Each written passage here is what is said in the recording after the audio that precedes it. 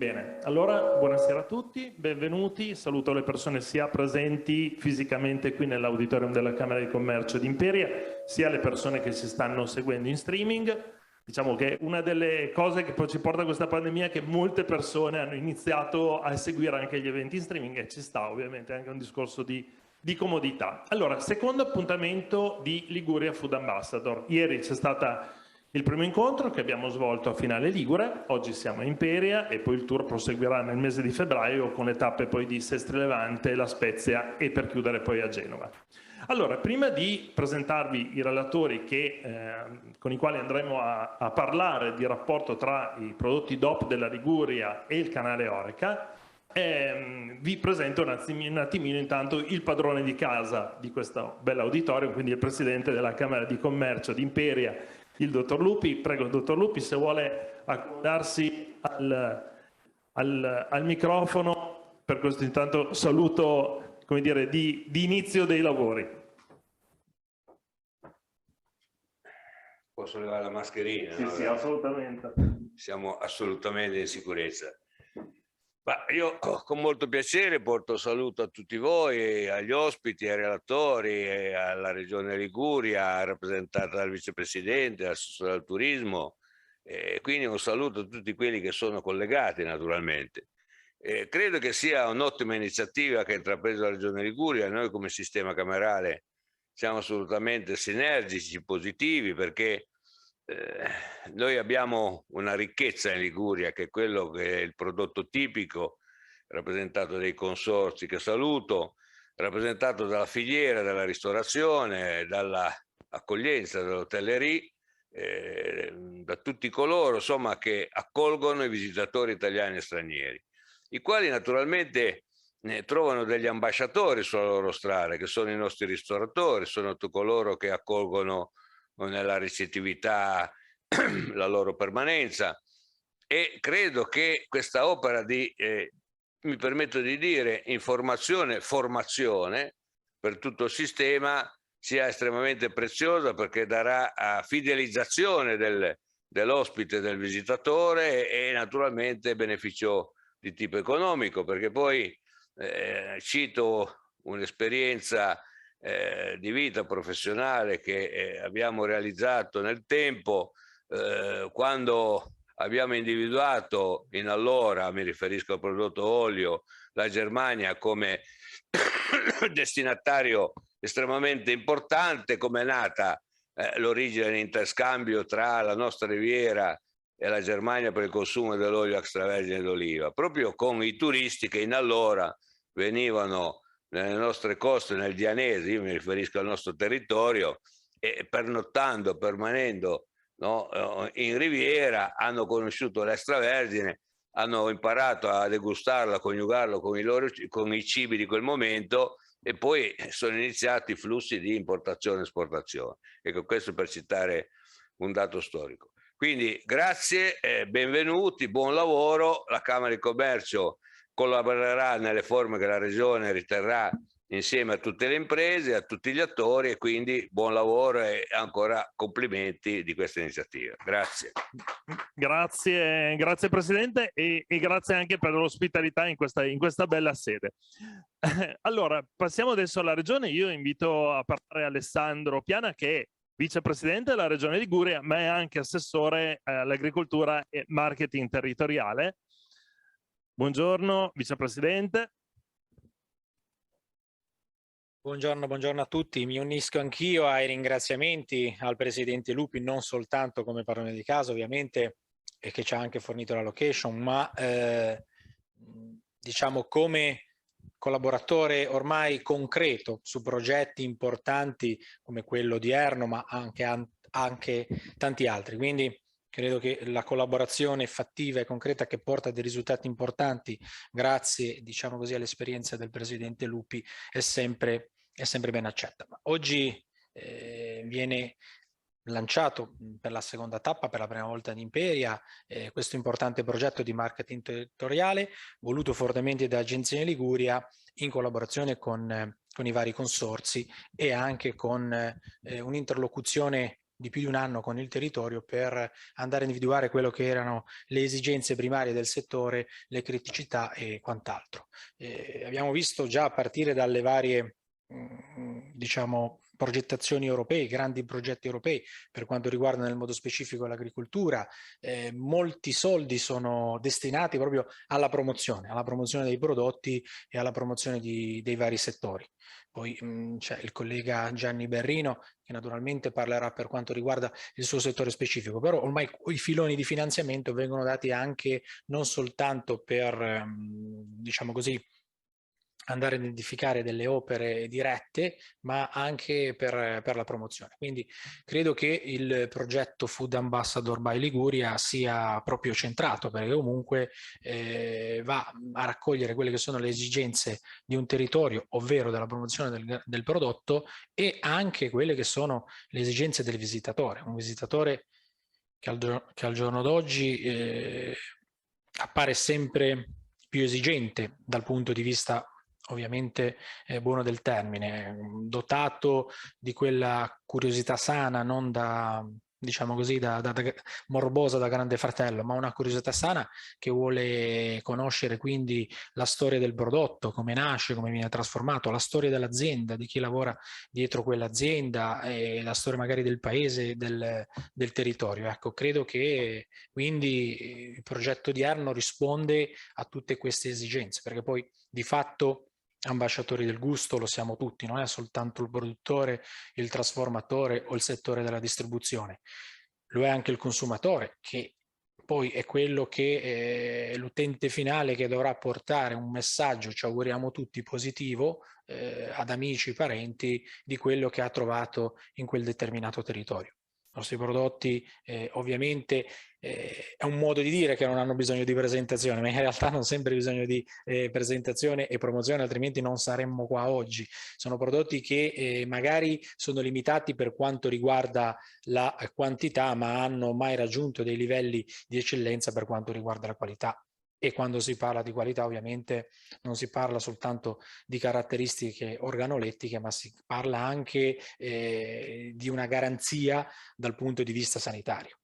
Abbiamo visto nei giorni scorsi come diciamo così, la regione Liguria e la regione Piemonte sono stati particolarmente colpiti da una problematica come quella della peste suina. Ecco, per evitare una sorta di psicosi collettiva, diciamo che intanto questa malattia non colpisce gli altri animali, non colpisce l'uomo, non è dannosa per l'uomo. I nostri prodotti sono sempre stati garantiti, anche il settore della carne è certificati sotto tutti i punti di vista e continueranno ad esserlo. È per questo che stiamo lavorando proprio per anche nel settore specifico lanciare un messaggio positivo. Dico questo perché oggi Food Ambassador by Liguria vede come, diciamo così, attori principali i consorzi di olio, vino e basilico.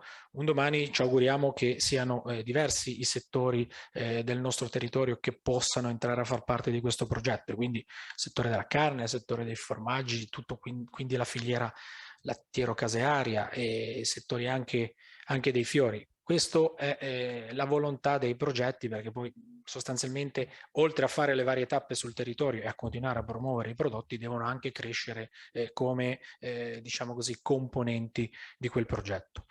Non mi dilungo ulteriormente perché poi gli interventi che seguiranno saranno importanti e magari anche più specifici dal punto di vista tecnico, quindi non mi rimane altro che ovviamente ringraziare il grande lavoro di agenzia, il grande lavoro dei consorzi, il sistema camerale che ha confezionato un prodotto che oggi, ripeto, ci vede primeggiare a livello nazionale, perché non credo che ci siano altri progetti di questa portata fatti da altre regioni, o meglio, non in queste tempistiche, quindi siamo partiti bene e come si dice dalle mie parti nell'entroterra, chi ben comincia è a metà dell'opera, quindi l'opera è importante e intendiamo farla diventare ancora più importante. Grazie ancora.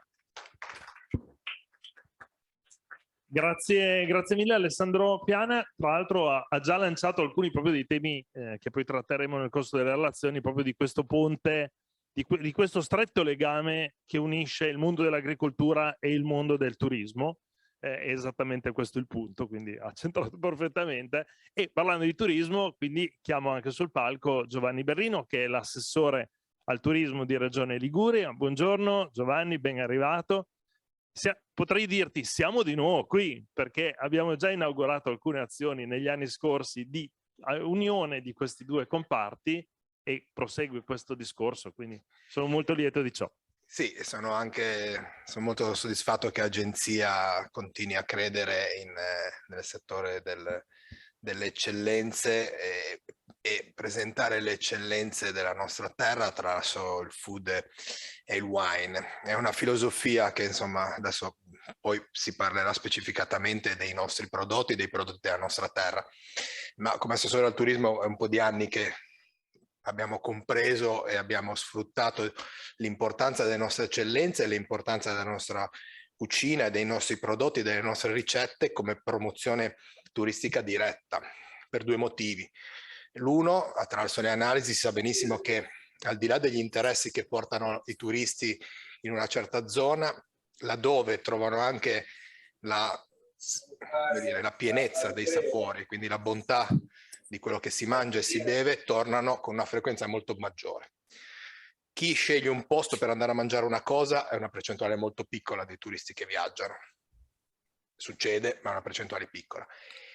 Arriviamo al 40% invece di percentuale di ritorno, anche basandosi sul fatto che in un posto si mangi bene. E mangiare bene vuol dire mangiare e bere delle autenticità del territorio, perché quello che si può mangiare ovunque non crea ritorno nella zona. Prodotti fantastici che noi degustiamo in tutta Italia e forse in tutto il mondo non fanno scegliere di ritornare in una certa zona per degustarli. E la Liguria da questo punto di vista invece ha grandissime autenticità e grandissime eccellenze. E turisticamente il valore di queste eccellenze, di queste autenticità è doppio. L'uno per quello che ho appena spiegato e che spiegheranno molto meglio chi seguirà me. Due, perché se lo storytelling che c'è dietro ai nostri prodotti è raccontato bene, spinge il turista a tornare per andare a visitare anche i posti dove questi prodotti vengono coltivati in caso di prodotti agricoli, pescati nel caso del mare o realizzati, però insomma a visitare il territorio. E noi abbiamo la grande particolarità, che probabilmente insomma non è solo Ligure, ma è in Liguria, c'è sempre in ogni luogo, di avere posti particolari dove le nostre eccellenze vengono create. Se pensiamo ai vigneti, pensiamo agli uliveti, pensiamo al mare, ma pensiamo anche a tantissimi posti del nostro entroterra dove magari micro coltivazioni o micro prodotti a seconda del luogo vengono poi fatti e realizzati. E questa qua è una grande ricchezza che noi abbiamo, che permette di spingere le persone che tendenzialmente sono ospitate sulla costa, che visto che più dell'85% delle strutture ricettive sono sulla costa, verso l'entroterra, e il 21 e il 20 hanno avuto un successo incredibile da questo punto di vista, tant'è che il delta di turisti, la crescita dei turisti in Liguria è stata molto superiore nell'entroterra rispetto alla costa, dove c'è stata crescita. E ci permette quindi di tenere vivi i paesi e i borghi del nostro entroterra che hanno, rispetto a zone vicine, ma anche rispetto alla Costa Azzurra, che nell'immaginario collettivo può essere considerata più attrattiva di noi, hanno mantenuto l'autenticità che altri posti hanno perso, perché i nostri paesi sono rimasti come erano tendenzialmente. Non sono stati abbelliti per piacere di più ai turisti, e questo a oggi è una ricchezza che altri non hanno, quindi ce la dobbiamo tenere stretta. E quindi il legame stretto tra prodotti della terra e del mare, ricette tipiche e autentiche, storytelling e interesse del turista, soprattutto del turista che ricerca esperienze, è strettissimo, ed è per quello che come assessorato al turismo supportiamo l'attività del vicepresidente Piana e di Agenzia, perché crediamo molto che questo sia uno dei temi fondamentali su cui scommettere. Certamente poi i produttori da una parte e gli utilizzatori dall'altra, che sono quelli che poi nei bar, nei ristoranti, negli stabilimenti balneari trasformano e utilizzano i nostri prodotti, devono avere la consapevolezza che chi viene in Liguria viene e come prima proposta deve avere prodotti liguri. Io faccio sempre l'esempio all'aperitivo, tendenzialmente io dovrei avere un bianco ligure, magari anche con le bolle, e un po' di pane con l'olio, un po' di pane con la pasta d'acciuga o una tartina col pesto, o in altre zone di Liguria altre cose, perché quelli sono i nostri prodotti. Se mi dai un salatino col würstel, io ti faccio la domanda, mi dici dove in Liguria esiste una fabbrica di würstel, e faccio un esempio banalissimo. Il turista si aspetta altre offerte, partendo dalla base e a salire. Non è importante i 0,50 per 0,50 euro in più, anche solo l'aperitivo, è molto più importante la qualità e la tipicità del prodotto, e questo penso che le giornate di oggi qua a Imperia, in tutta la Liguria, abbiano anche questo scopo. Tra l'altro, Giovanni, approfitto solo per dirti una, perché non voglio portare via tempo poi ai relatori tecnici. Hai detto proprio una cosa sulla bolla, no? Proprio di ieri mi è arrivata la notizia, che mi è stata passata gentilmente dall'agenzia, che una bolla ligure dell'azienda Durin, qui nella zona di Albenga, ha vinto in New York il premio tra i migliori bianchi al mondo. Quindi c'è una qualità riconosciuta anche del prodotto ligure. Adesso stavamo parlando del vino, ma ovviamente anche olio, basilico, eccetera. Ho avuto questo premio di ieri, cadeva proprio a fagiolo sull'incontro di ieri. Ci sono tantissimi produttori di bolle, questo vuol dire che la Liguria è una terra frizzante non solo dal punto di vista del divertimento, ma anche della produzione del vino. Grazie mille, grazie Giovanni. Allora, uno dei temi su cui ci sia stato chiesto di confrontarci negli incontri di Liguria Food Ambassador è proprio quello che accennavano prima Alessandro Giovanni, cioè il tema dei prodotti DOP Liguri che devono essere utilizzati, che è importante che siano utilizzati per esempio nel canale commerciale, quello che si chiama tecnicamente il canale Horeca. Horeca sta per Hotel, Restaurant, Caffè. Il punto vero è di capire intanto qual è il campo da gioco. Allora, intanto chiamo sul palco Febo Leondini. Febo è responsabile del Master in Trade Management della Lewis Business School. Prendi pure il microfono, il primo Febo, grazie. Allora, il tema è, cominciamo intanto a capire qual è il campo da gioco. Perché è chiaro che se pensiamo che il campo era rettangolare, ed era magari rettangolare fino a un po' di tempo fa, ci sono stati velocemente una serie di cambiamenti in questi ultimi 2 anni che erano già tendenze in atto, ma sono state fortemente velocizzate, e per cui il campo forse non è più rettangolare, magari è diventato esagonale, e per gli operatori è importante capire come sta cambiando questo canale per poi strutturarsi per andarlo a servire con i loro prodotti. Prego Febo. Buonasera. Se dici robe troppo tecniche ti interrompo. E nessun problema. Buonasera a voi e anche a chi ci segue in streaming. Allora, intanto cominciamo con fare una premessa importante. L'Horeca ha una caratteristica unica che è legata un po', diciamo, alla sua curva di domanda in termine tecnico. Noi dell'Horeca non abbiamo a che fare con degli acquisti, ma abbiamo a che fare con il consumo. Stesso mare, barche diverse. Da noi c'è una grossa differenza. Il cliente, la persona che entra nel nostro punto vendita è un cliente, non è un acquirente. E anzi, meglio ancora, è un consumatore, non è neanche un cliente. Vedremo un po' come ci si arriva, i passaggi che ci spostano lungo questo asse immaginario orizzontale che va dall'acquisto al consumo, e qual è il motore che fa spostare questo indicatore da acquisto a consumo. E nel momento in cui affrontiamo il tema del consumo e lo differenziamo rispetto a quello della domanda banale di acquisto, scopriamo che se nella domanda misuriamo quantità, misuriamo l'elasticità, quanto posso sostituire un bene con un altro al prezzo, consumo invece ci dobbiamo domandare e dire: ma che cos'è che determina, cos'è che rende unico e diverso in qualche misura l'atto del consumo? Beh, l'atto del consumo in realtà è composto da 3 aspetti fondamentali. Il consumo è un atto pubblico, perché è un atto per tutti. Attenzione, perché per ognuno di questi passaggi ci sarà una piccola responsabilità che cadrà sul gestore e su chi fa Horeca. Abbiamo detto un atto pubblico, quindi per tutti. È un atto sociale, perché è tra tutti. Ed è anche un atto politico, perché attraverso il consumo definisco i produttori da premiare, quelli da boicottare, la sostenibilità, tema molto di moda, e definisco quale di questi prodotti, il consumo ecosolidale, l'acquisto ecosolidale, il commercio ecosolidale, definisco come muovermi. Quindi ho anche, diciamo, una valenza politica. Proviamo a risalire questi tre aspetti. Quello politico lasciamolo un po' perdere, perché per metà è una bufala, non del tutto, ma per metà è diciamo che è una mezza bufala, ma diamola per buona. Abbiamo un aspetto sociale. Attenzione, operatore dell'Horeca, tu stai offrendo un consumo, quindi stai entrando in diciamo, in un'azione che ha ricadute, abbiamo visto, politiche, sociali e pubbliche. Le politiche lasciamole perdere per un attimo, ragioniamo di quelle sociali e di quelle pubbliche. E sociali ti devi domandare qual è.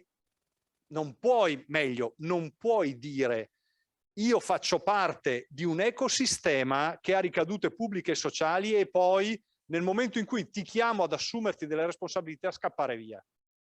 Quando tu affronti il tema della socialità, in definitiva ti devi anche domandare qual è il modello di società che hai in testa. È il delivery e quindi la strada è un passaggio, un corridoio di transito delle merci, oppure è una piattaforma che abilita le relazioni interpersonali. La differenza è importante. E hai una responsabilità pubblica. Vi do un dato. Dal 2017 Nielsen, che è una società che raccoglie dati sui consumi e sugli acquisti, meglio, fatti nella grande distribuzione in Italia e nel mondo, ha cominciato a raccogliere questi dati e a definire le calorie ideali per 100 grammi di spesa degli italiani. Quindi sostanzialmente ha preso tutti gli acquisti, li ha trasformati in chili, siccome ha le etichette, li ha trasformati in chili, sulla base delle informazioni nutrizionali ha definito le calorie medie di 100 grammi di spesa degli italiani negli anni. In 5 anni abbiamo perso il 4% di calorie nella spesa, per 100 grammi, nella spesa media degli italiani. Abbiamo una spesa media mensile delle famiglie che scende, nonostante questo le proiezioni ci dicono guardate che il problema del sovrappeso in Italia è un problema che sta tendenzialmente diventando sempre più grave, nonostante siamo i penultimi complessivamente a livello nazione in Europa, anzi delle nazioni dell'Ocse, ad essere, cioè i propri penultimi in classifica, siamo quelli tra i più magri di tutti. Se poi si va per età scopriamo che dai 16 anni, dai 14 ai 16 in realtà siamo terzi, quindi abbiamo un problema di alimentazione dei ragazzi, però va bene. È evidente quindi che il consumo responsabile, la parola responsabile non identifica solo un discorso di moderazione, come ci viene trasmesso, ma identifica anche un discorso di competenza. Quindi tu, operatore dell'Horeca, che sei un professionista del tuo mestiere, il tuo lavoro non è solo limitarti a risolvere il mio problema di divertirmi all'interno del tuo locale, ma lo devi fare con professionalità e devi mettermi nelle condizioni inconsapevole mia di stare bene in tutti i sensi. Quindi adoperarti per creare le condizioni affinché io abbia un'alimentazione consapevole, che non significa essere a dieta, santo cielo, significa semplicemente riuscire ad avere un interlocutore preparato anche da questo punto di vista.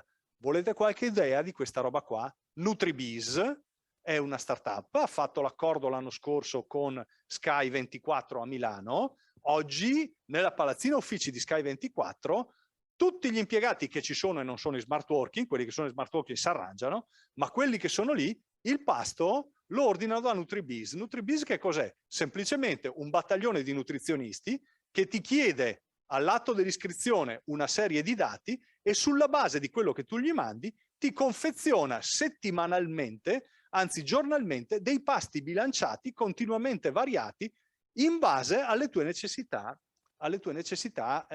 nutrizionali, in base anche al lavoro che fai, perché evidentemente se faccio il camallo consumo decisamente di più che non se faccio il fantozzi. Mi spiego, giusto per rimanere in ambito ligure. Quindi, tra l'altro Febo, ed è un altro attore che va nel campo da gioco dell'Oreca. sì, e questo è un altro che gioca nell'Oreca, perché prima i pasti consegnati a NutriBiz li faceva il bar sotto l'ufficio di SkyTG24. Quindi cominciamo un attimo ad aprire questo tipo di... cominciamo a capire che i confini del campo da gioco si stanno leggermente modificando. Allora, cos'è che sposta? Abbiamo visto, cos'è che sposta dall'acquisto al consumo? L'esperienza. Il motore che sposta una persona da acquirente, cliente, consumatore è l'esperienza che vive. Oggi tutti voi, nel parlare colloquiale, quando vi incontrate con gli amici, avete comprato qualcosa su Amazon. Difficilmente vi definite clienti di Amazon, perché Amazon è un marketplace dove l'unica cosa che conta è io ti ordino, tu mi mandi. Discorso un po' diverso quando parlate di Amazon Prime, perché se siete abbonati ad Amazon Prime cominciate a dire io sono un cliente Prime, ma perché in mezzo c'è l'esperienza, guardate la TV, ascoltate la radio, eliminate la pubblicità, cioè comprate sempre, ma con un po' di esperienza in più. Quando poi invece andate nell'Oreca, allora il discorso cambia ancora, perché non è tanto importante con che farina, per voi che siete seduti al tavolo, non è tanto importante con che farina viene fatta la pizza, non è tanto importante che marchio di birra vi portano, l'importante è che viviate una bella esperienza. Che poi questa esperienza dipenda dalla qualità dei prodotti, anche dalla qualità dei prodotti che vi viene servita, non c'è dubbio, ma non è un problema vostro. È un problema che deve venire prima di voi. Fa parte della competenza di quella responsabilità pubblica che deve avere il gestore del punto vendita. E abbiamo messo sul fuoco un po' di roba, cioè non è proprio una roba così banale. Proviamo a fare un altro passo e dire: sono cambiate tante cose. Questa pandemia ci ha cambiato. Se noi ragioniamo in termini sociali, dobbiamo prendere atto di una roba, che non siamo più uguali a prima. Nonostante ci abbiano detto in più di qualche occasione che gli italiani sono usciti più uniti, più compatti da questa prova, in realtà il Censis, dicembre dell'anno scorso, ha fotografato un'Italia che dal punto di vista relazionale è molto slabbrata. Non siamo più come prima. Abbiamo avuto un collasso emotivo importante in questo anno e mezzo.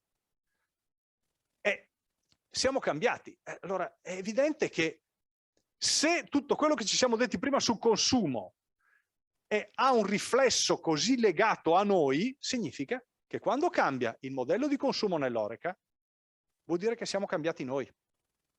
Non è come quando cambia il modello d'acquisto nel retail, per cui se la pasta Barilla costa 2 euro in più al pacco, la piantiamo lì perché costa 2 euro in più al pacco. No, nell'Oreca è diverso. Nell'Oreca quando cambiamo noi cambia il modello di consumo, ma per cambiare il modello di consumo dobbiamo essere cambiati noi. E noi resteremo così come siamo adesso? No. Ma torneremo come eravamo prima? Neanche. Abbiamo accumulato uno stock di diffidenza, abbiamo accumulato uno stock di paura, abbiamo accumulato uno stock di ansia. Abbiamo cominciato a comprendere che, insomma, tante cose sono cambiate. Allora, anche qui proviamo un attimo a capire, a disaggregare questo cambiamento, perché in fondo, se ci pensate, e perché in sala io credo di essere uno dei più vecchi, se non il più vecchio, ma è perché non ce ne rendiamo conto, ma se fate un attimo, perché cioè, ci arriviamo con la storia, se pensate dal 2000 al 2022 sono passati 22 anni, provate a immaginare cosa è cambiato dal 1945 al 1965, quindi non è che abbiamo il monopolio del cambiamento. Cioè in 20 anni o dal 65 all'85, 68, l'autunno caldo, l'autonomia del 77, un disastro. È successo di tutto. Noi non è che abbiamo l'autonomia, diciamo l'esclusiva del cambiamento, però abbiamo una velocità e una pervasività delle informazioni che prima non c'erano. Per cui abbiamo una percezione molto più elevata del cambiamento. Prima le cose potevano cambiare, ma le notizie arrivavano lunghe, arrivavano lente. Avevano il passo della cartolina illustrata che da Loano veniva spedita a Milano. Aveva il passo della lettera dell'amico di penna che del club di Topolino scriveva all'amica che stava in Val d'Aosta, e ci mettevano 2 settimane, una settimana, e poi chissà se arrivava, e poi veniva persa, e poi dovevo leggerla, la rileggevo, riscrivevo. Adesso no, adesso è un click. E voi capite che questa brachilogia degli eventi fa sì che noi abbiamo una percezione del cambiamento decisamente più veloce. Siamo sul pezzo, perennemente sul pezzo, un po' troppo forse.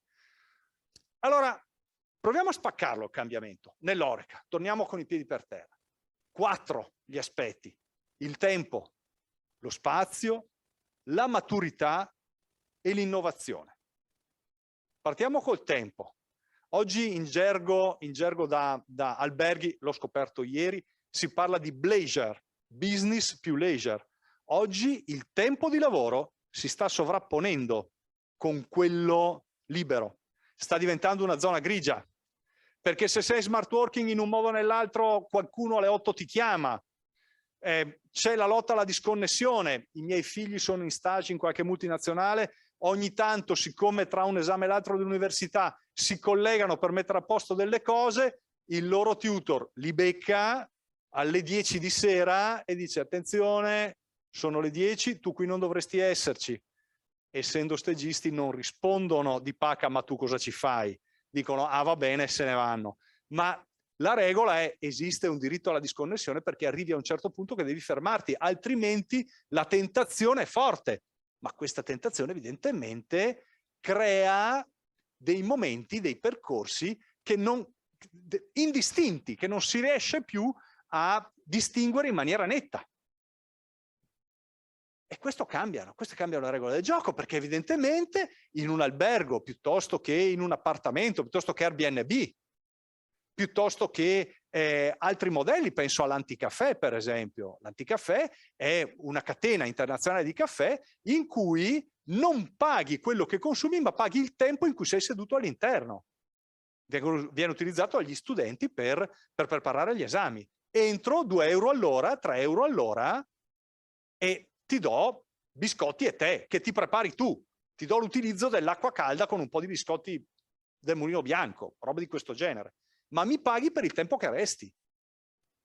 Quindi capite che cambia un attimo il modello di business. Immagino grandi sale che potrebbero diventare spazi di coworking, in cui le aziende affittano la sala e dicono: benissimo, allora i miei 5 impiegati, anziché venire a Sesto San Giovanni al 7° piano, si fermano qui da te, che sono tutti nel raggio di 150 metri da casa, e affittiamo questa roba. Tu mi dai banda che io ti pago e io risparmio l'affitto di là, ma metto qui i miei dipendenti, e mettendoli lì magari nel pacchetto ci metto anche il pranzo. Così anziché dar via il buono pasto faccio un pasto convenzionato direttamente con il gestore.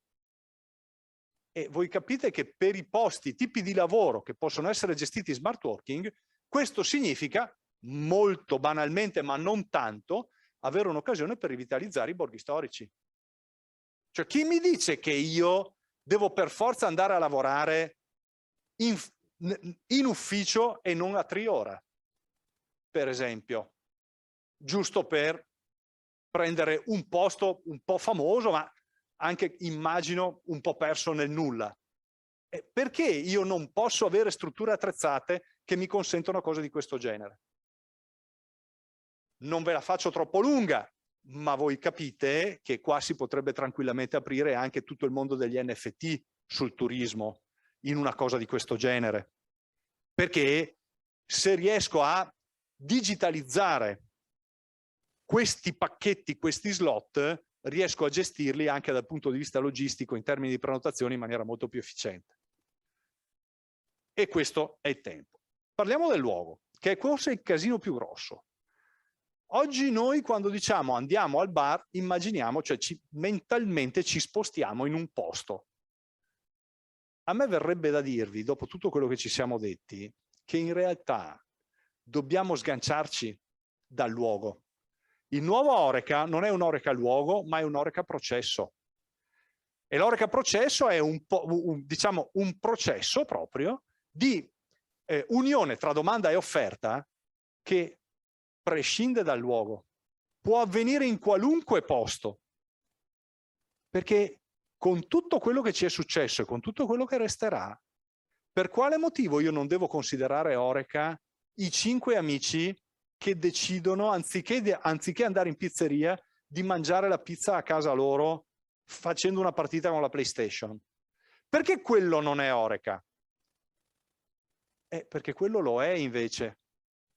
Perché non è Horeca avere la cena in casa che non posso sbagliare e ho bisogno del pesto DOP, ho bisogno degli ingredienti particolari, ma ho anche bisogno di un'esperienza complessiva?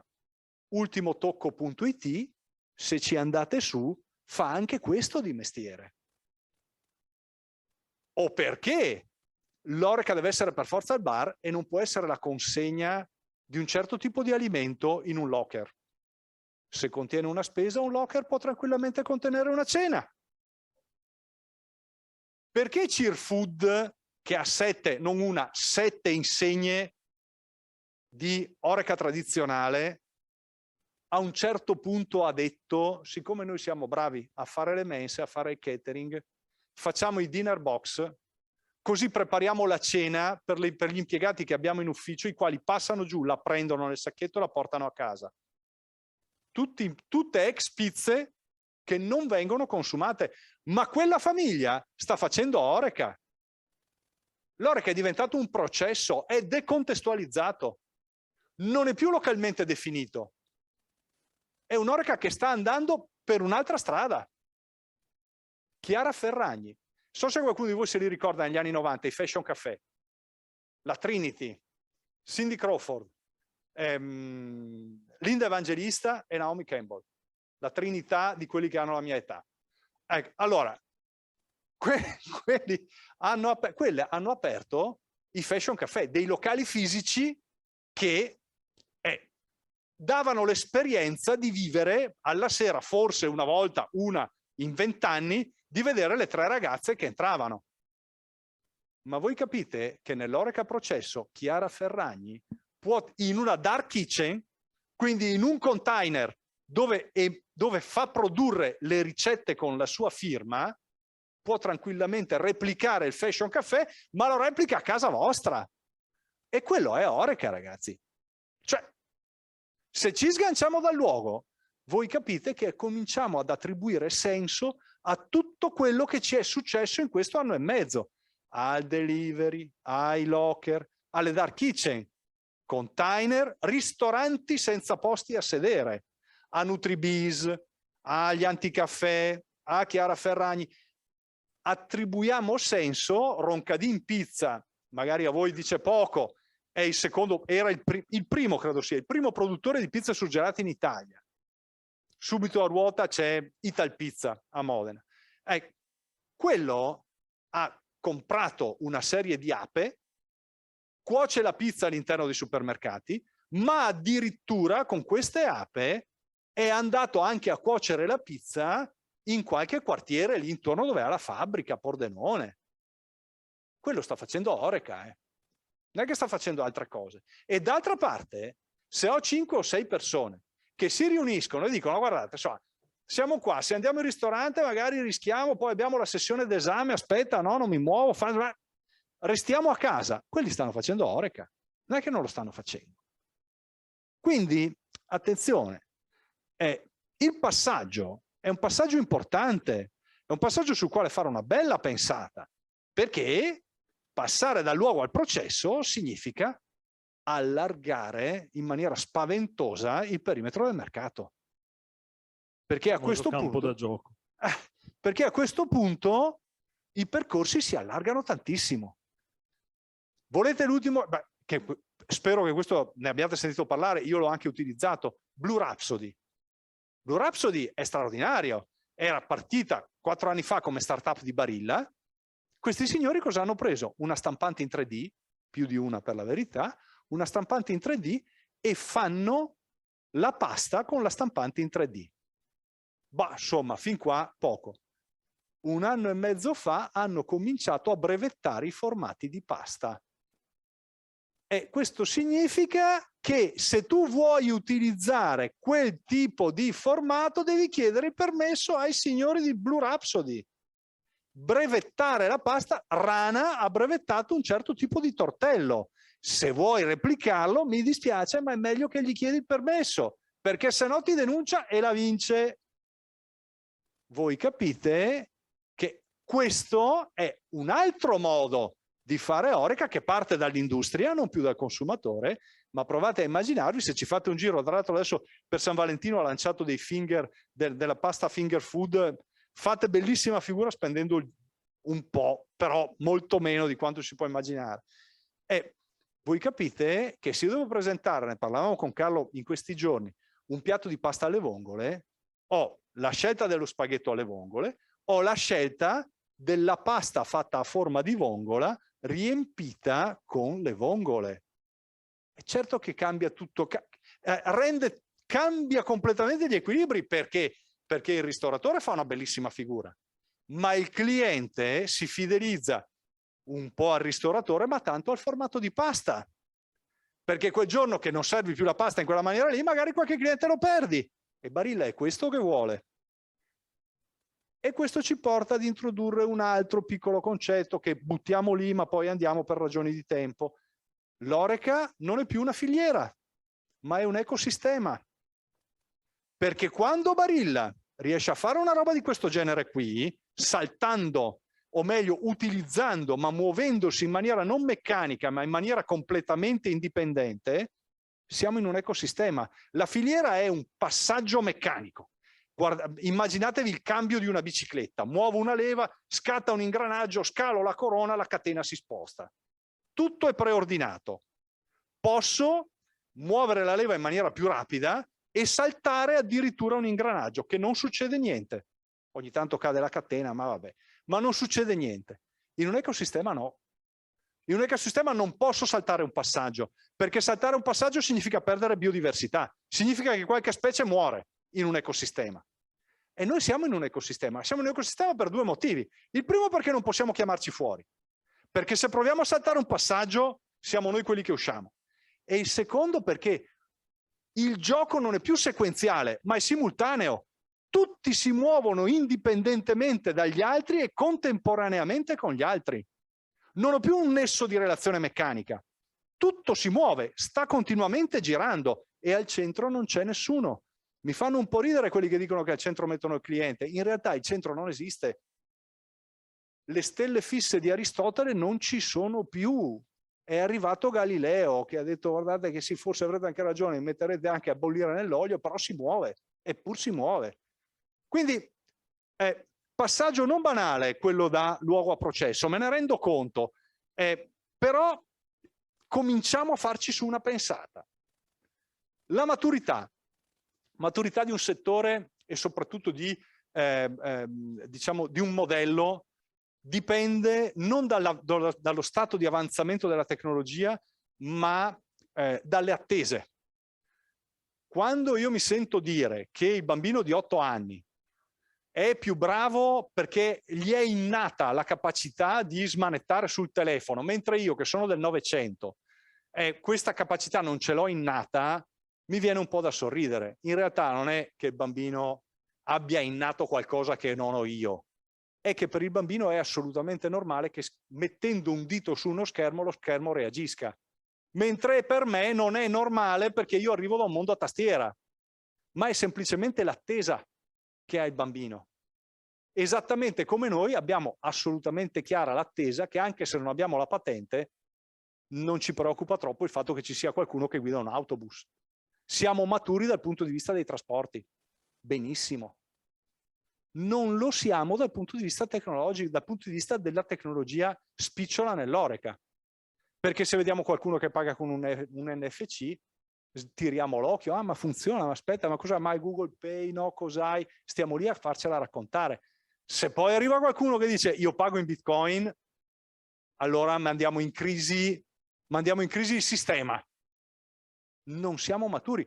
Chiediamo come clienti il codice QR per guardare il menu e poi non lo usiamo. Ci rimaniamo male se il gestore ci dice no, non ce l'ho, però poi non ce ne frega niente che ce l'abbia. Alla fine vuol dire che non abbiamo ancora raggiunto la maturità. Bella cosa, vuol dire che abbiamo ancora grandi margini di errore. Altrettanto però, in un mondo così mobile, restare fermi è un problema. E se io penso agli spazi vuoti che abbiamo oggi in ristoranti e soprattutto in alberghi, la domanda che mi faccio è: come posso riempirli? Come posso fare in modo che questi spazi diventino i nuovi spazi, i nuovi luoghi di frequentazione delle persone? Se non riesco ad abbattere, se c'è un modo e non so quale, di abbattere quella maledetta porta d'ingresso che fa sì che la gente mi passi davanti ma non entri. In un mondo non maturo questo è ancora molto possibile. E infine il livello di innovazione. Il livello di innovazione è un aspetto interessante, è venuto fuori adesso. PitchBook è un'agenzia che manda periodicamente delle analisi su come gli investitori stanno allocando i loro quattrini. Nel 2021 l'Europa è stata straordinaria, ha avuto un boom di grandi investitori, ma l'Horeca, tutto l'hospitality è uscito dal radar. Perché?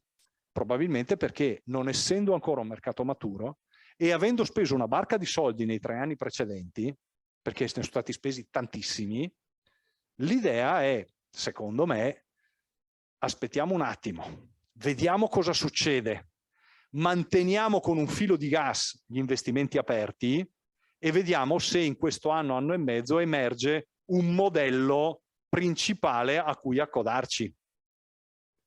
Altro aspetto interessante, la competizione probabilmente ritorna alla vecchia, sul prezzo e sul livello di servizio, ma con modelli diversi. Non posso pensare di competere. Le armi possono essere le stesse, ma la guerra è diversa. Perché Glovo, piuttosto che Just Eat, piuttosto che Amazon, piuttosto che la S di Esselunga. La Esselunga ha aperto 7 ristoranti sostanzialmente a Milano. 7. Tenete presente che i Bar Atlantic di Esselunga erano 65 prima della pandemia, facevano 700.000 euro di incasso, quindi netto IVA, 700.000 euro di incasso a punto vendita, ne aveva 65. Esselunga è entrato nell'Horeca, santo cielo. In gergo si chiama retail, ma Esselunga è entrato nell'Horeca. Pre-pandemia il 20%, e sono 100 milioni di euro, del fatturato di Ikea era dato dalla ristorazione in Italia. La famosa cucina svedese, santo cielo, dato che parliamo di eccellenza del territorio. Quindi voi capite che l'Horeca davvero ha cambiato radicalmente. L'innovazione dov'è che sta andando molto? Sta andando tantissimo nella manipolazione degli alimenti.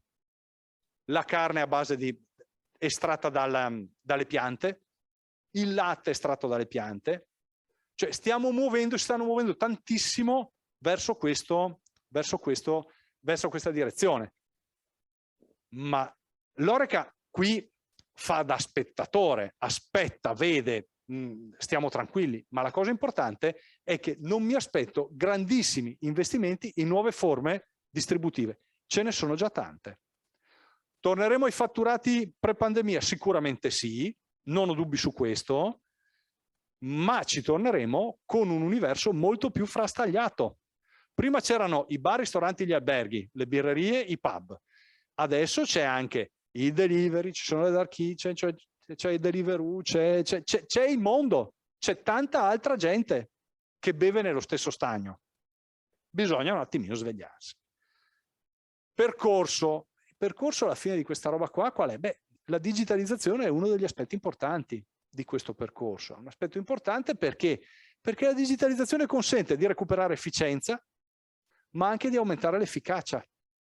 Siccome ho la possibilità di raccogliere dati, quindi di personalizzare, quindi di gestire in maniera attenta quello che succede all'interno dei miei punti vendita, sono in grado di migliorare la mia efficacia, l'efficacia della mia proposta commerciale, quindi di rendere più attraente la mia proposta. E se metto un minimo di digitalizzazione, la rendo anche più efficiente. Quali possono essere? Beh, e poi concludo, direi due grandi attenzioni. Avremo sicuramente io mi aspetto una polarizzazione verso, diciamo, fabbricatori di esperienze, che ovviamente avranno prezzi un tantino più alti di adesso, e invece grande focalizzazione sull'efficienza. Se devo farvi un esempio, la pizzeria efficiente la trovate su Pazzi. Pazzi Pizza, se andate sul web lo trovate, è una catena francese, è partita un anno fa, ha già aperto 3 punti vendita in Francia, adesso sta cominciando ad ampliarsi, in 14 metri quadrati ha 2 bracci robotici sviluppati dalla Universal Robotics, che sono in grado di, partendo dalla pallina, ci vuole qualcuno che impasta, partendo però dalla pallina in quanto tale di pizza, al cartone di pizza, con la pizza cotta e confezionata all'interno, e fanno grosso modo 55-60 pizze ora. Quindi una pizza al minuto, una pizza ogni 45 secondi, loro dicono, diciamo una pizza al minuto, 60 pizze ora, in 14 metri quadrati, con 2 bracci robotici, 24 ore al giorno, 7 giorni alla settimana. Massima efficienza, esperienza nessuna. Dall'altra parte invece avrò grande esperienza, avrò la capacità di coinvolgere, e per coinvolgere il consumatore dovrò, più aumento lo scambio di informazioni tra me e il consumatore, più l'esperienza, più riesco ad avere informazioni da parte del mio consumatore, più riesco a ritagliare l'esperienza su di lui. C'è nell'ultimo numero di dicembre della rivista che Louis Vuitton manda ai clienti, nell'articolo finale c'è una frase che a me ha colpito molto leggendola, ed è: non ci siamo mai parlati così tanto come quest'anno. Negozi chiusi, lockdown, in boutique ci arrivi solo dietro appuntamento, perché se arrivi là e non hai l'appuntamento non ti fanno entrare, perché c'è sempre casino, perché non va mai bene. Hanno scoperto la gestione dell'e-commerce, ma soprattutto hanno scoperto la relazione a distanza con il cliente. A me ha fatto, ovviamente parliamo di fashion di altissimo livello, ma non ci siamo mai parlati così tanto come quest'anno. Quindi attenzione, quando ci parliamo tanto vuol dire che abbiamo uno scambio di dati, abbiamo uno scambio di esperienze, abbiamo uno scambio di informazioni. Più informazioni riusciamo a scambiare, più riusciamo ad essere simpatici, ad essere attraenti per i nostri clienti. Quindi cambia il campo di gioco, cambiano le regole, non siamo più una filiera, siamo un ecosistema, non siamo più un luogo, siamo un processo. Abbiamo tanti potenziali competitor e tanti invece competitor veri. Abbiamo un tema di digitalizzazione necessaria, perché il reddito dei nostri potenziali clienti sta scendendo e scenderà ancora di più, ma abbiamo noi costi che stanno aumentando. Non venitemi, cioè, un consiglio che vi do, io vengo dal controllo di gestione: per il momento non fate il raffronto dei costi di energia di quest'anno rispetto a quelli del 2020. Non fatelo, perché vi rovinereste la settimana. Andiamo avanti, ne parleremo dopo, magari dopo San Valentino. Non fate adesso quel controllo. Quindi abbiamo questo tipo di costi che prima o poi dovranno arrivare. Noi qui stiamo guardando in questa sala, a metà dei posti c'è scritto non ci si può sedere. È perché qui siamo ospiti, ma se questi posti fossero a pagamento, il conto dei posti vuoti arriva nelle tasche di quelli che sono pieni, perché qui grandi economie non ce ne sono, perché l'affitto è un costo rigido, perché l'energia elettrica è un costo rigido. Io non è che se ho il 70% di capienza ammessa rispetto al 100 posso piantare a casa 4 camerieri, no. Devo tenere tutti quelli che ci sono, semplicemente lavorano meno. La produttività scende, quindi devo aumentare i listini. Non è che ho tante strade, eh. Brutta da dire, ma il film è questo. Quindi tante le sfide. La digitalizzazione un po' risolve questi problemi, ma il passaggio vero che siamo chiamati a fare non è né tecnologico né finanziario, è culturale.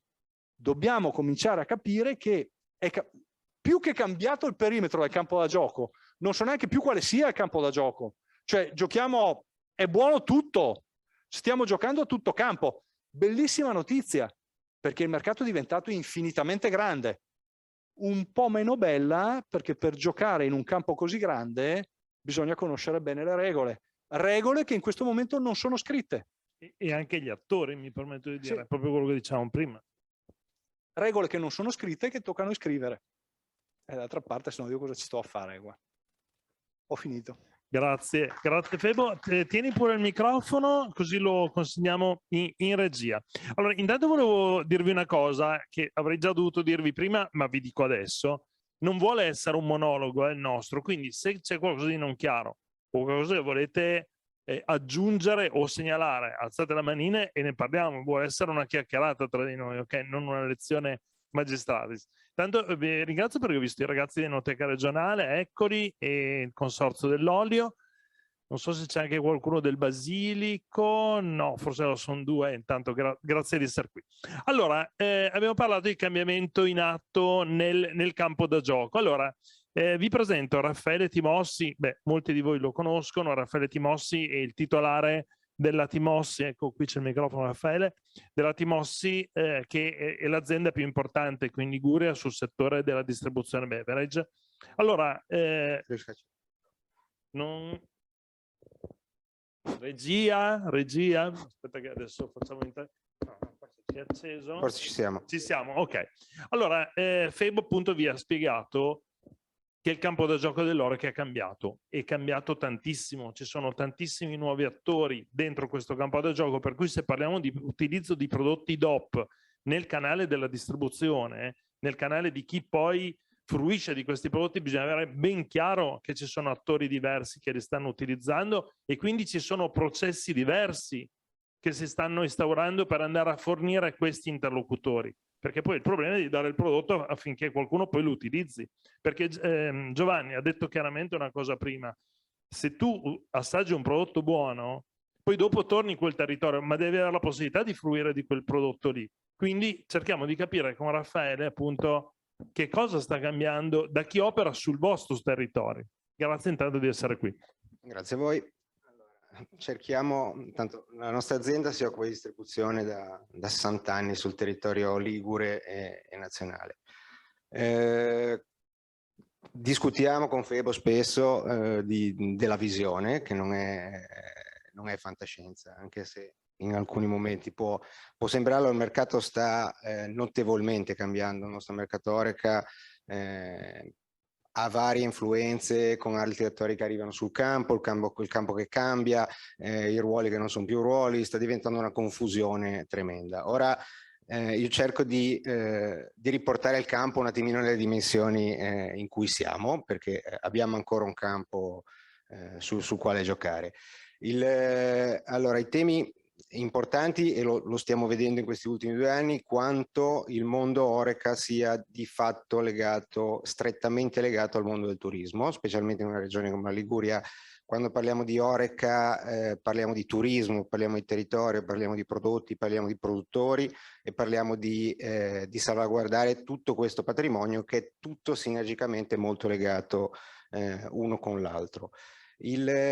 Su questa parte, io cercherei di soffermarmi su questa parte, che è quella che forse in questo momento possiamo, non dimenticando che dobbiamo ricordare quello che Febo ci diceva, quindi fare tutta una serie di passi e di azioni per cercare di arginare le cose, per cercare di digitalizzare le nostre aziende, per cercare di fare tutta una serie di attività che sono utili. In questo momento la leva più forte che noi stiamo vedendo, che stiamo rilevando, è la grande voglia di Horeca, la grande voglia del consumatore di vivere l'Horeca. Vivere l'Horeca vuol dire sostanzialmente vivere un'emozione, vivere un'esperienza, e in questo, diciamo, tutti noi insieme possiamo fare dei grandi cambiamenti, perché i prodotti, grazie al territorio, grazie alle capacità dei produttori che abbiamo, che devo dire negli anni è cresciuto il numero di produttori, è cresciuta la qualità dei prodotti, è cresciuta l'attenzione con la quale si fanno le cose, sono nati tutti i vari consorzi, DOP, no? Abbiamo visto un'evoluzione importante sul nostro territorio dell'agricoltura. Possiamo e dobbiamo, come diceva, raccontare meglio i nostri prodotti, raccontarli meglio utilizzando diciamo i nostri brand ambassador, che sono sicuramente il nostro tessuto di ristorazione, di hotellerie, di bar, ma utilizzando anche dei sistemi più tecnologici, perché oggi le etichette, l'abbiamo visto nella presentazione, le etichette possono parlare, il consumatore ha voglia di sapere, ha voglia di conoscere i prodotti, ha voglia di conoscere soprattutto chi sta dietro i prodotti, perché quei prodotti hanno determinate caratteristiche, tutto il lavoro che viene fatto per portarli sulla tavola. Questo è una roba che spinge il consumo e a traino questo tipo di consumo porta dietro un territorio, cosa penso fondamentale per una regione come questa, che ha un problema, che è quello di destagionalizzare, diciamo, il turismo. Noi abbiamo un'entroterra che, come diceva, sta crescendo molto, ma sta crescendo grazie all'enogastronomia, grazie a questo tipo di movimenti. Chiaro, anche su questo possiamo e dobbiamo migliorare. Le cantine devono essere aperte, dobbiamo poter far visitare ai nostri turisti che arrivano e fargli vivere dei percorsi, dobbiamo fargli visitare quello che poi gli portiamo a tavola, dobbiamo fargli fare il pesto col mortaio all'interno del locale, cioè dobbiamo portare un'emozione che oggi ritorna a creare quel campo da calcio un pochettino più rettangolare. Perché, il campo da gioco di cui si parlava. Esatto, diciamo che penso che le persone presenti qua siano interessate a farlo cambiare più lentamente possibile. Questo cambio calcio cambierà e cercare di starci dentro. Ma c'è pedolina piccolina, quello che vedo, diciamo, nell'immediato che si possa fare e che il consumatore, al quale il consumatore risponde, perché noi vediamo nelle nostre esperienze i gestori di locali che si stanno muovendo in questa direzione stanno avendo successo, comunque riescono e sono riusciti a superare questo periodo anche molto, molto complicato e molto difficile. Ci hanno messo, c'è stata grande collaborazione con i produttori, con i distributori, con tutta una serie di cose che si possono portare sul mercato. Queste, diciamo che dal nostro punto di vista sono le azioni immediate, e questo non vuol dire che non bisogna, ripeto, andare a tecnologizzare le aziende, andare a migliorare, diciamo, tutte l'efficienza, perché oggi anche quello è un tema importante. Il nostro mercato Horeca è un mercato che, oltre aver sofferto questi ultimi 2 anni, oggi sta vivendo aumenti importanti sotto tutti i profili, dall'energia alle materie prime, al costo del personale, tutta una serie di costi che sono difficili da incamerare, da ribaltare sul mercato, però questo è una roba, è un tema di efficienza. Oggi stiamo parlando di un tema di emozioni che possiamo portare solamente parlando dei prodotti e raccontando ai nostri consumatori come utilizzarli e da dove arrivano, e per fare questo ci vuole la sinergia, ripeto, di tutta la filiera. Tra l'altro Raffaele ha proprio toccato uno dei punti che faremo vedere anche nei prossimi incontri che andremo a fare, degli incontri di Liguria Food Ambassador, cioè il fatto di dare un supporto concreto al produttore per consentire di dare informazioni all'attore, io lo chiamo a questo punto all'attore del canale Horeca, perché abbiamo visto che cominciano a essere tanti, non sono più solo i ristoranti, i bar o gli hotel, ma diciamo tutti gli attori del canale Horeca, di dargli quelle informazioni che gli consentono di avere a sua volta le informazioni di racconto verso il cliente finale, anche del territorio, perché il punto vero non è solo parlare a chi arriva da fuori dalla regione, ma c'è anche un pubblico del territorio che va al quale si possono dare informazioni interessanti sui prodotti che non sono mai così scontati perché non li conoscono. Io racconto sempre un'indagine, posso parlare di un prodotto fuori regione solo per fare un esempio? Ecco, Vi faccio l'esempio del Prosecco, qui lo conosciamo tutti. Si è fatto un'analisi su 9 città italiane nei wine bar, quindi in luoghi di consumo, cioè chi va al wine bar, cioè non è uno astemio, no? Cioè uno che si presume che di vino un minimo. Alla domanda con che cosa è fatto il Prosecco, le prime 5 risposte per importanza sono state Chardonnay, Champagne e altre 3 amenità che in questo momento cerco di dimenticare. Cioè la parola glera proprio non era nei radar. Forse avevano già bevuto. Guarda, se fosse così, Giovanni, saremmo veramente felici. Ma per dirvi che esiste una non conoscenza sul prodotto molto forte anche del consumatore.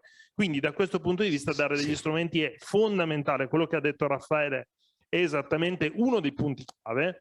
E dopo, con un altro relatore, non voglio spoilerare la cosa, vi raccontiamo un caso concreto che faremo vedere in alcuni dei prossimi appuntamenti. Sì, per dare un ultimo esempio che mi faceva venire in mente in questo momento, ripeto, avendo la visione un po' di tutto il territorio, quindi in tutta la Liguria, notiamo una roba abbastanza significativa, nel senso che noi facciamo, cioè secondo me la Liguria può ambire a portare i propri prodotti in giro per l'Italia e per il mondo. In questo momento il vino di Cinque Terre si ferma a Seste Levante, Dolce Acqua si ferma a Imperia e abbiamo, cioè all'interno della nostra regione non riusciamo a far circolare i nostri prodotti. Abbiamo dei problemi di comunicazione sul vino anche all'interno della nostra regione, quindi questo è un dato significativo per dire quanto abbiamo ancora bisogno di comunicare anche, diciamo, ai liguri. Ma su questo sono d'accordissimo. Poi sul tema Cinque Terre io sono piemontese, prendo sempre per in giro i responsabili del turismo delle Langhe, che è un hotel luxury del territorio delle Langhe. Sono andati negli Stati Uniti per un incontro e alla domanda dove siete gli hanno detto Langhe. Boh, ah sì, siete tra le Cinque Terre e Cernobbio, quindi capite che questa è stata un po' la percezione. Grazie Raffaele intanto del tuo intervento. Allora, cominciamo a parlare anche, grazie mille Giovanni, grazie di essere stato qui, speriamo di vederti nei prossimi incontri. Parliamo adesso con gli operatori. Allora, intanto cominciamo, Oreca, intanto la prima parola hotellerie, quindi ci sembrava giusto avere la testimonianza di un protagonista del mondo dell'hotellerie. Allora, Laura Gazzolo, che saluto qui sul palco, buongiorno Laura. Prendi pure il microfono. Allora, Laura, direttrice dell'hotel AC Hotel di Genova, quindi uno di quegli hotel che nell'immaginario, insomma, è più connotato come un hotel business che non leisure, cioè uno di quegli hotel utilizzati molto dalle persone anche per lavoro, poi chiaramente anche per turismo, chiaramente, però diciamo l'esempio di un hotel di quel tipo lì, quindi di una catena importante, parliamo di AC Hotel. Quindi Marriott International, la più grande catena del mondo. Quindi la parola assettico poi la direi tu per spiegare il vantaggio, ma per spiegarvi il caso specifico di un hotel di catena, che cosa ha fatto nell'utilizzo di un prodotto del territorio, perché questa è una case history secondo me molto interessante. Tanto grazie di essere qui. No, I titoli accademici, responsabile Confindustria, No. Innanzitutto voglio riprendere una cosa che è stata detta prima da Febo a proposito degli spazi che abbiamo, no? Nel caso nostro, che siamo comunque appunto un hotel che nasce come hotel business, ma ovviamente nessuno ormai è incanalato in una definizione, perché ormai tutti facciamo tutto e tutti andiamo ovunque, eccetera. Quindi riprendendo quello che diceva lui, gli spazi, per esempio c'è stata una grandissima rivoluzione all'interno degli spazi degli hotel internazionali. Non esistono più le sale separate dove si faceva la ristorazione, non esiste più una sala colazione, non esiste più le sale, no? Che noi ci ricordiamo nelle vecchie strutture, ma anzi si creano degli spazi dove la gente può venire, esattamente come appunto ci descriveva per esempio in quelle strutture in cui si paga per stare, per studiare, per lavorare. In realtà ormai gli hotel hanno aperto le porte perché le persone possano passare la loro giornata all'interno dell'hotel senza dover comprare una camera, ma l'unica cosa che fanno è consumare e quindi utilizzare la nostra, noi la chiamiamo lounge, quindi un posto dove durante tutta la giornata tu puoi mangiare e bere. Quindi questo cambia un po' tutto se voi ci pensate, perché alla fine i fruitori dell'albergo non sono quelli che affittano una camera, perché mi viene da usare questa parola proprio per significare semplicemente, no, quello che uno pensa rispetto a un albergo, ma in realtà all'interno della nostra struttura le persone lavorano, le persone si incontrano, fanno degli aperitivi, creano quelle occasioni che magari con lo smart working non ci sono più tanto, perché magari i colleghi di lavoro non si incontrano più come prima. Quindi si è creato questo spazio e quindi l'esigenza anche di dare dei prodotti che in qualsiasi momento della giornata possano essere fruiti appunto dai clienti. Noi nello specifico, essendo un albergo misto, perché comunque noi siamo a Genova, però siamo nella parte vicino a Nervi, durante la stagione estiva noi lavoriamo molto di più che durante la stagione invernale, quindi questo significa che alla fine siamo un hotel che non è più solo business ma anche di turismo, e ci siamo comunque resi conto che sia il cliente che viene incontra i colleghi di lavoro che vengono da fuori ovviamente possono incontrarsi, che il turista hanno sempre voglia di fare un'esperienza, cioè il momento in cui bevono, il momento in cui mangiano è un momento che va oltre il fatto di settarsi e sfamarsi semplicemente, no? Ma è un'occasione per fargli conoscere il territorio, quindi noi abbiamo fatto una scelta che ci è sembrata opportuna anche rispetto proprio al tipo di struttura che abbiamo, perché la nostra è una struttura che quella che trovate a Genova la potete trovare a Torino, la potete trovare a Milano, la potete trovare a Barcellona, a Madrid, ed è simile ed è quello che il cliente cerca, perché ovviamente se no non verrebbe in un hotel come il mio, no? Ma dice vado alla C-Hotel perché conosco il prodotto e vado tranquilla lì, però quando poi è all'interno noi dedichiamo dello spazio perché lui possa conoscere dove si trova realmente, quindi nel caso di Genova e della Liguria noi abbiamo fatto delle scelte molto semplici, niente di particolare, però secondo me che fanno un pochino la differenza o comunque che hanno cominciato a fare quel passo verso un'esperienza diversa. E quindi noi abbiamo deciso per esempio che dedichiamo la nostra lista vini principalmente a vini della Liguria e quindi i primi sono i loro, anche perché vogliamo che il cliente la prima cosa che legga sia il nostro prodotto ligure.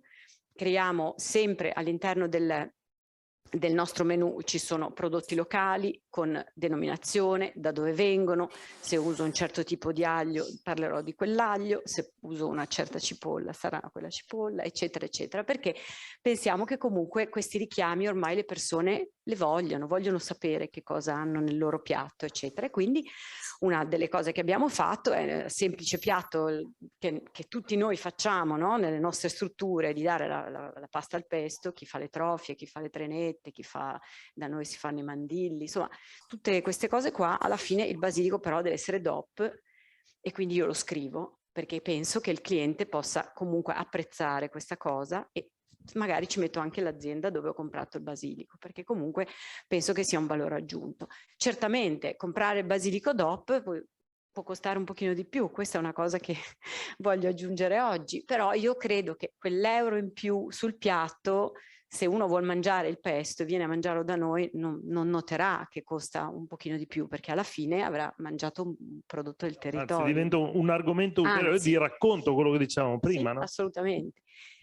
Quello che noi siamo solo un pezzo, perché ovviamente io, i miei ragazzi, le persone che lavorano con me devono raccontare poi quello che portano in tavola, perché non basta certo quello che c'è scritto nel menù, però quello che a noi serve e che è quello che cerchiamo di raccontare qua è che dietro di noi, quindi i nostri fornitori ci aiutino a fare queste scelte, perché non è che siamo tutti così, diciamo che conosciamo tutto così bene, no? Forse dovremmo conoscerlo di più, però sicuramente chi sta dietro di noi ci può aiutare, ci può dare la possibilità di dare al cliente delle informazioni maggiori e di creare questa famosa esperienza, come diceva appunto prima Raffaele, del fatto che spesso i clienti poi arrivano, mangiano qualcosa, bevono qualcosa e vogliono poi andare nel posto dove questo accade. E queste sono tutte cose che comunque una struttura ricettiva fa da sempre, perché voi sapete benissimo che nel momento in cui il cliente viene e fa il check-in, comincia il fiume di informazioni che noi diamo del territorio, perché alla fine noi siamo la prima cosa che loro incontrano quando arrivano, e quindi è importantissimo che anche le persone che lavorano con noi siano sempre super informate di quello che accade.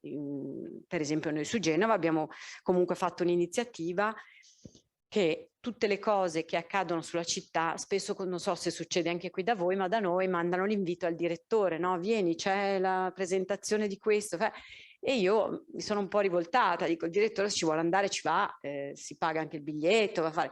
Invece è molto più utile che chi venga veramente invitato siano le persone che lavorano per noi, perché sono quelle che poi tutti i giorni parlano con i nostri clienti. Ecco. Quindi è tutto un sistema che sicuramente non è così, è anche un po' faticoso, no? Perché vabbè, la mia realtà è abbastanza grande, quindi io ho tante persone che lavorano con me, e quindi insomma star dietro a tutto è sempre, però credo che sia fondamentale, perché anche in un momento di lavoro le persone che lavorano si sentano partecipi del territorio, e credo che sia anche un modo per amare di più quello che si fa, anche, no? Quindi anche alla fine anche chi lavora all'interno poi ha un riscontro di tutto ciò.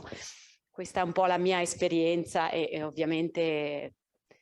No, grazie. Allora, intanto già solo in quello che hai detto prima, però hai raccontato anche un elemento importante che vale nella tua realtà, e l'abbiamo visto in molte... Prego, Paola Faravelli, ci dica. Allora,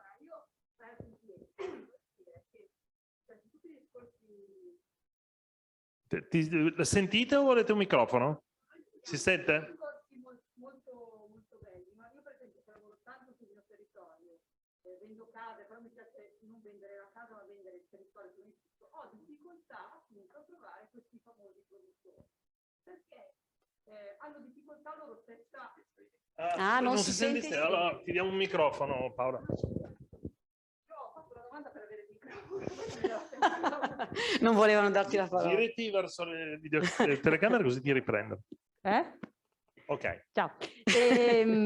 Volevo dire che ho difficoltà a trovare proprio i produttori, nel senso che ci sono delle ottime aziende che fanno dei prodotti che ritengo anche buoni, che per esempio non sanno comunicare quello che fanno, perché loro sanno farlo ma non sanno raccontarlo.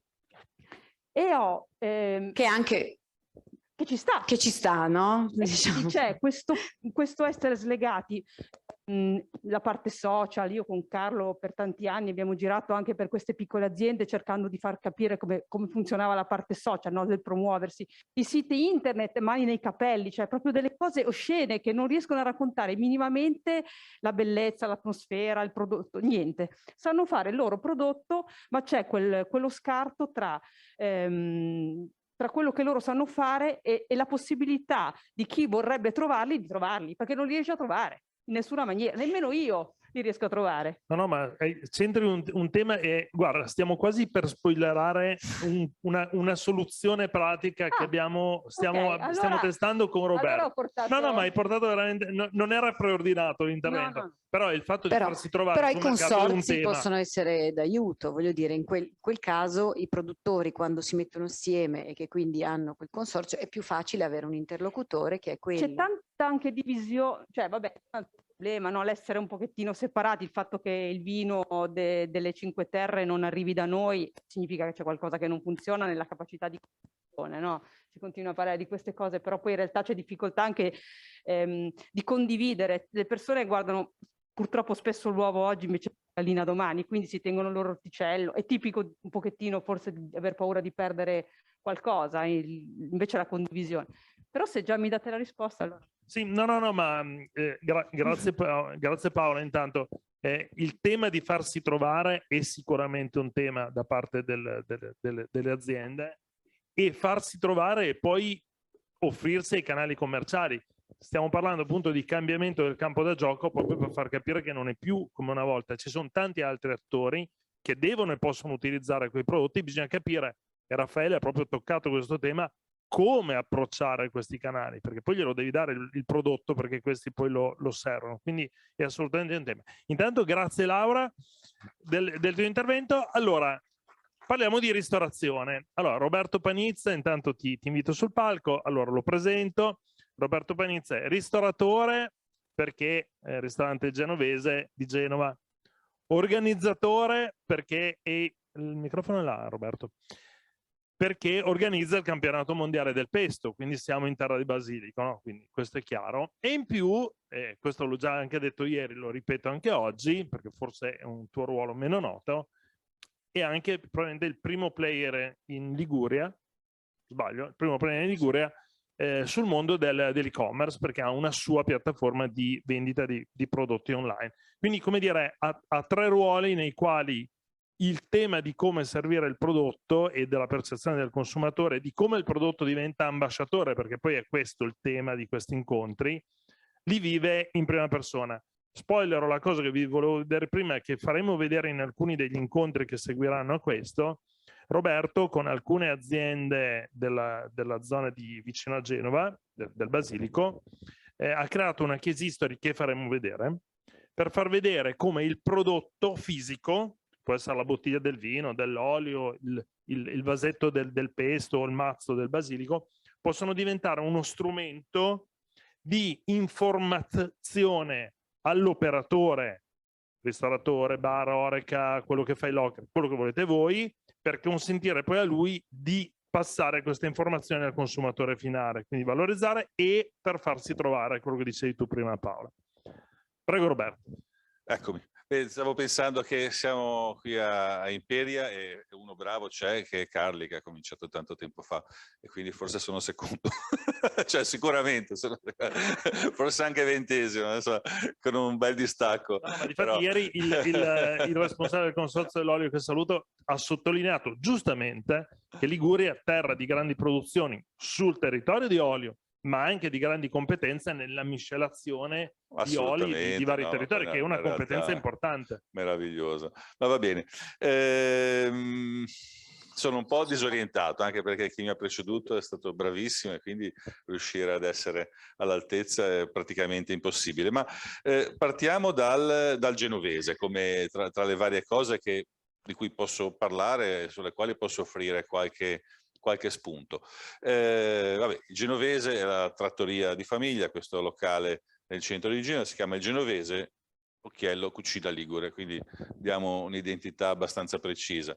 12 anni fa, quando è nato, sulle ceneri di una realtà che esisteva dal 1912, in quel luogo si cucina da più di 100 anni, e è un qualcosa che intanto abbiamo riportato indietro l'orologio, nel senso che era stata modificata questa realtà, non funzionava più. Devo dire che ritornando alla sua identità, come se si fosse ripreso, no? Come se avessimo fatto il tagliando a un motore un po' scoppiato ed è ripartito in quarta. Era frutto di un progetto preciso, nel senso che di dare un'identità molto forte ad un ristorante che sì che aveva tradizione ma che era stata appunto perduta, e dandogli un nome che identificasse esattamente qual era la sua area di azione, qual era la sua proposta. E così via con tutto per quanto riguarda il menù. A mio parere uno dei elementi di successo del genovese è stata proprio la coerenza, no? Tra la promessa e ciò che veniva mantenuto.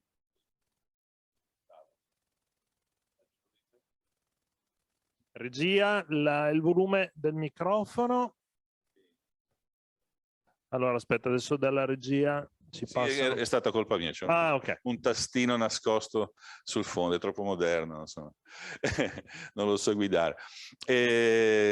Dicevo appunto era frutto preciso, e uno degli elementi a nostro parere insomma di successo è stata proprio la coerenza con la quale abbiamo portato avanti questo progetto, e cioè al genovese non puoi mangiare un piatto di spaghetti.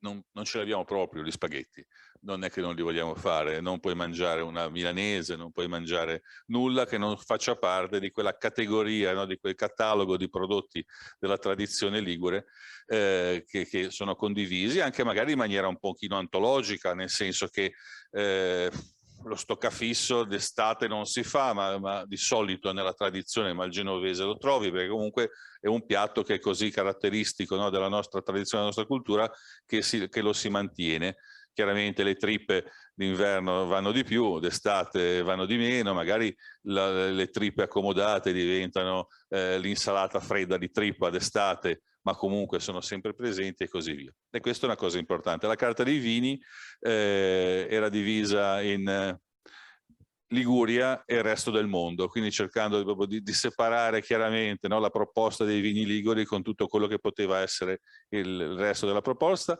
che era utile, che era necessaria, perché comunque no, in questo caso una carta dei vini serve anche a dare peso e dare credibilità all'offerta complessiva, ma comunque la Liguria aveva questo predominio. E poi il pesto che è uno dei simboli della tradizione della cultura gastronomica ligure, di nuovo è diventato un qualcosa che ci caratterizza, ci ha caratterizzato.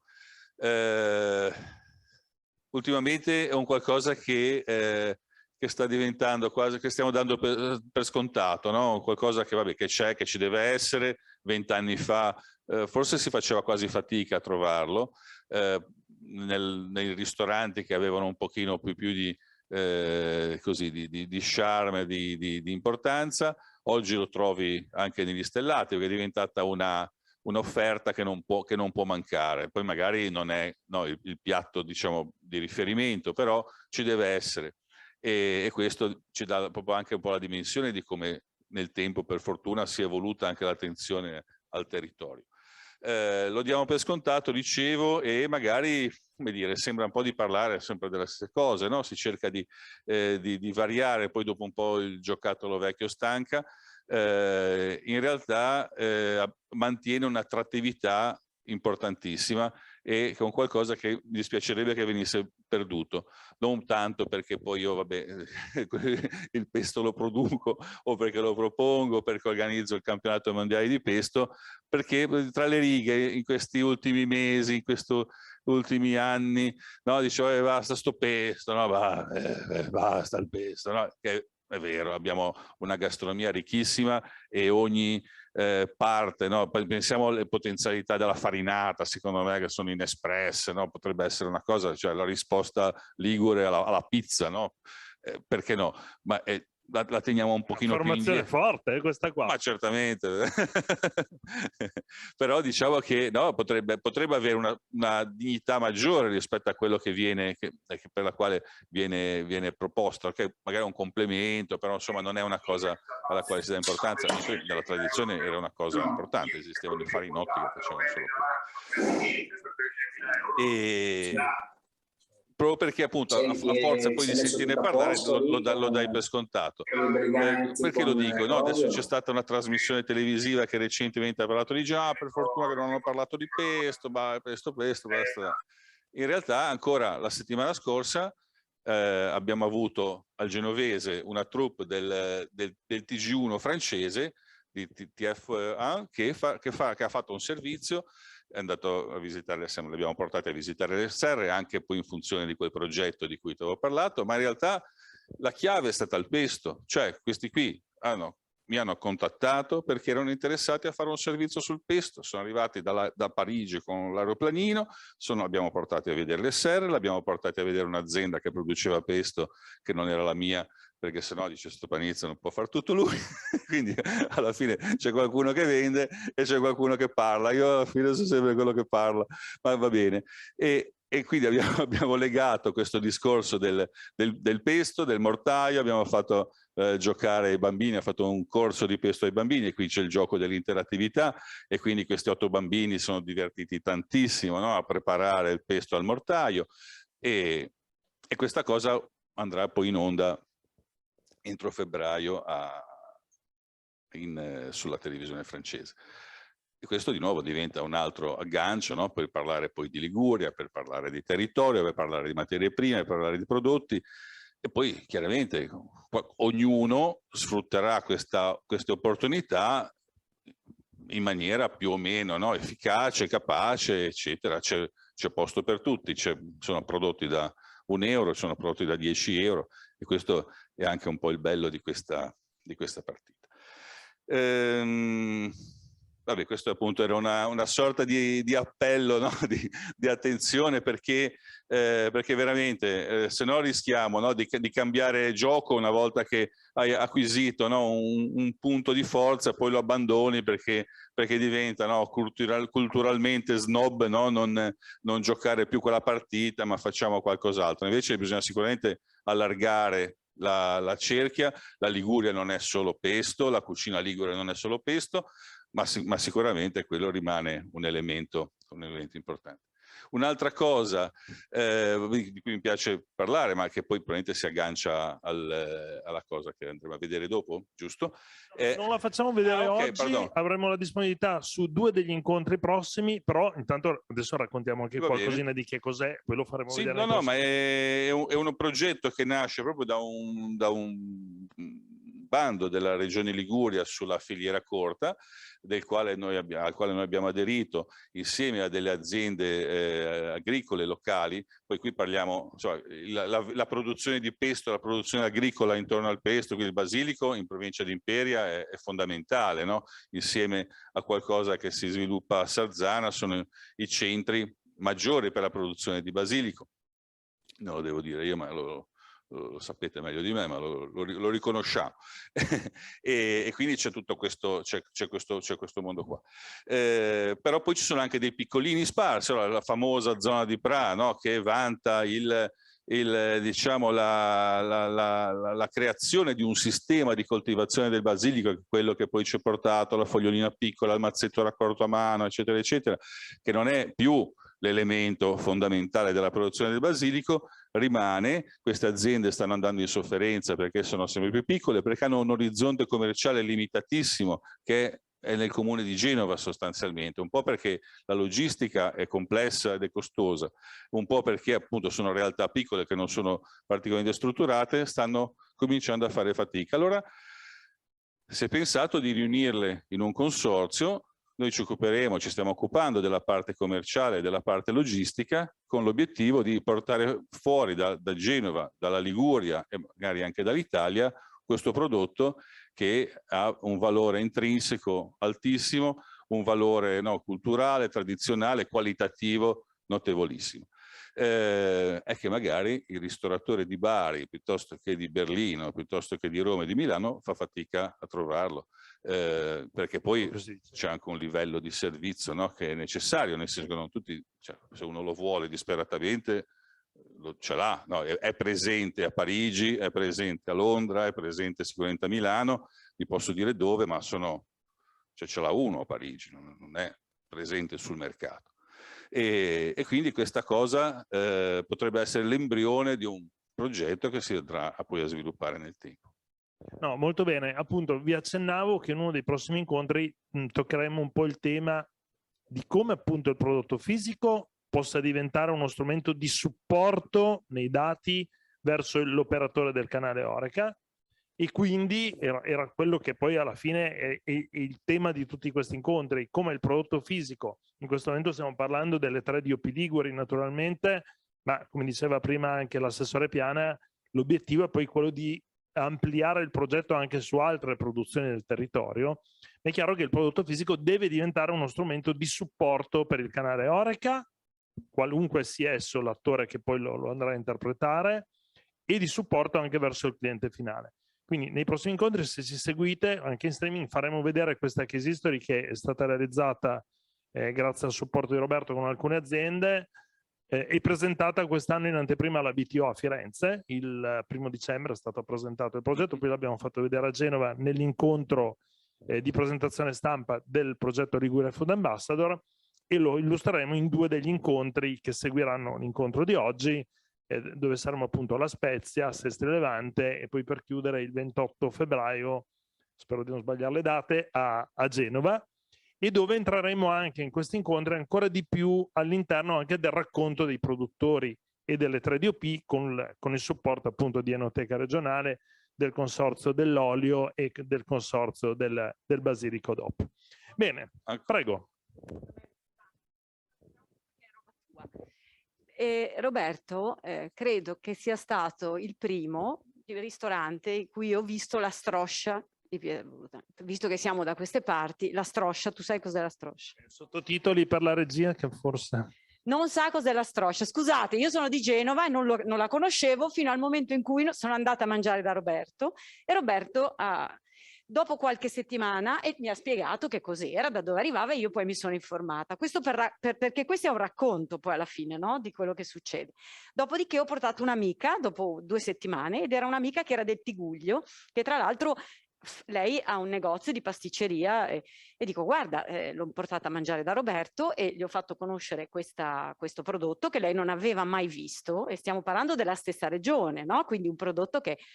E lei ha detto, io voglio assolutamente imparare a farlo perché dalle nostre parti nessuno conosce questo tipo di prodotto che è fatto tra l'altro con l'olio e che quindi mi viene in mente tutta questa cosa, questa catena, perché lui me l'ha mostrata a me, che io ero a Genova e non la conoscevo, e poi io l'ho mostrata a qualcuno che era dell'altra riviera. Quindi stiamo parlando semplicemente di gente che abita in Liguria, quindi nemmeno a dei turisti. No? Hai già fatto vedere l'acquolina in bocca.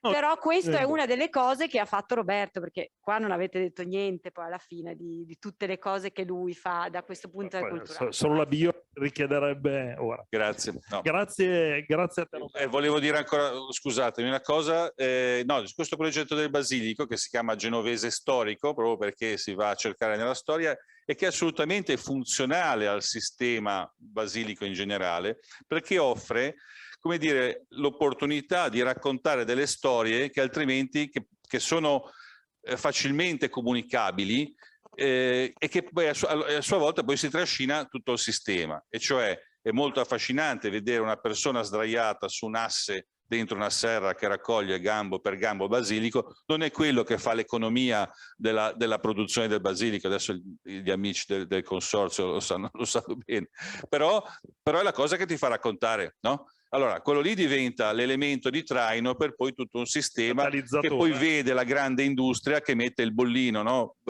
Preparato con basilico genovese DOP sul vasetto e su milioni o decine di milioni di vasi.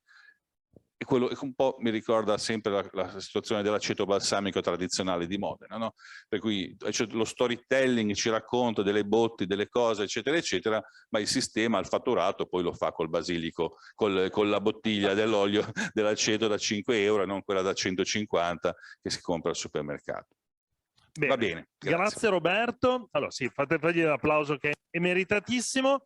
Tanto visto che abbiamo sforato un po' sui tempi, per cui intanto ringraziamo tutti coloro che ci hanno seguito in streaming e Agenzia in Liguria che appunto ha favorito questo incontro. Vi diamo appuntamento per chi vorresse seguirci negli anni di incontro, Sestri Levante, La Spezia e Genova. Grazie anche a tutti voi che siete intervenuti e alla prossima volta. Grazie mille.